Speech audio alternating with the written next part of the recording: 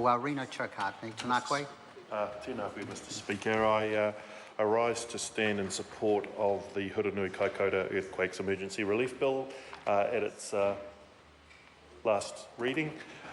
Sir, as the one of the members, local members in the affected area, I too, along with my colleague Mr. Smith, have been on the ground firsthand, seeing the devastation that has taken place, but also the efforts that have been being carried out by the community and the emergency services. And I just commend all the work that's being done at this stage, sir.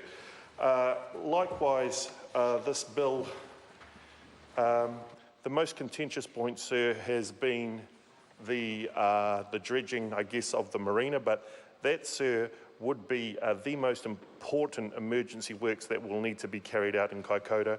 We know that that is the only location where vessels can have passage in and out, and tourism is the lifeblood of that community. And we're not just talking about whale watch, sir, we're talking about other related businesses, tourism businesses that dolphin encounters, various charter boat fishing operators once the fishing gets back underway again. And we must also not forget, sir, the cruise ship industry, whereby we have, various cruise ships now that cannot, who are not going to be docking in Kaikōura because they can't get their passengers in safely to that community. So it's having a huge economic impact, and these emergency works are desperately needed. And I know, having spoken with the engineers that have already been on site, they're already there. It's a big job, but they want to swing into action as soon as possible. To get the the necessary gear is going to be tricky in itself. The availability of that gear and also transportation, getting it in there safely, given the issues with access. And so, sir, there's a lot of work going on by a lot of people, and indeed now we're doing our bit to make sure that we can get that we can progress these works as well.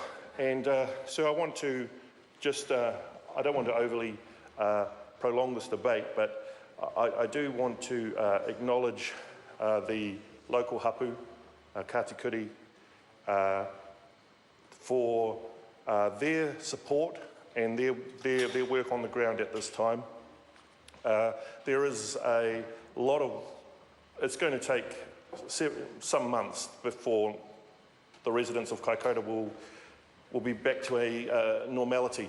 But it's great to see, sir, that we've got an inland road that's now,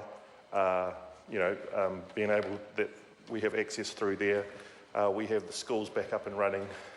So there is slowly that the residents are getting back to everyday activities. But, sir, we mustn't forget that there have been many families displaced, evacuated, whose houses have been destroyed, probably going to be red stickered, we don't know, but likely to be. And those families now are in emergency accommodation. They have moved on from the marae in Tuahui, and I do acknowledge the haukainga there at Tuahui Marae, who have done an outstanding job looking after those evacuated families. But we do have now, sir, families that are no longer in their homes, no longer in their community, and now they're having to deal with the realisation that they have to adjust their lives to, in the medium to long term, their everyday situation with housing and just what their future might hold. And so I'll be with many of those families tomorrow. And likewise, sir, just returning to Ngāti Kuri, I do want to acknowledge the haukainga whānau.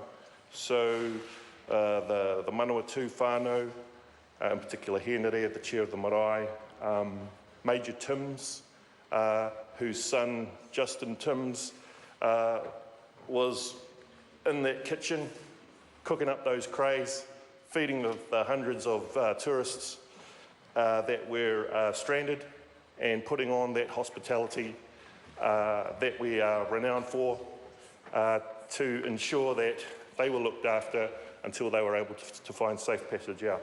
And so it was those, and there are many more stories that will come out of this, sir, but it was the efforts of those people who responded on the ground. And I understand Major Timms is now in hospital in Christchurch, and so I wish him well wishes and a speedy recovery. But sir, it's those sort of everyday stories which are relevant, because this legislation is all about getting those people back into Kaikōura, into a rebuilt community, and to have their lifeblood, which is tourism and fishing and other industries, back up in business. And and it's not just the big businesses, sir, because the big businesses are supported by a lot of small businesses in that community. And so they're all impacted. And it's not just tourism, sir, as well. The passage in, I'm talking about, there are wonderful engineering firms, there are cheese factories, the like, all impacted by the passages into Kaikōura, and also who are reliant and support the wider community and the tourism industry through, which is, pardon the pun, sir, but which has been stranded and beached by the earthquake and by the lack of access through to the harbour. And so, sir, I'm very proud to be supporting this legislation. I know that it's been done under urgency, but it has had the full cooperation by all parties around this House, and I do acknowledge the Minister, all his officials who've been working, burning the midnight oil, literally, who have been reacting and putting in place all the necessary measures to ensure that we get this legislation in place and through this House. And I have nothing further to do, sir, but to commend it to the House. Kia ora tātou. Thank you.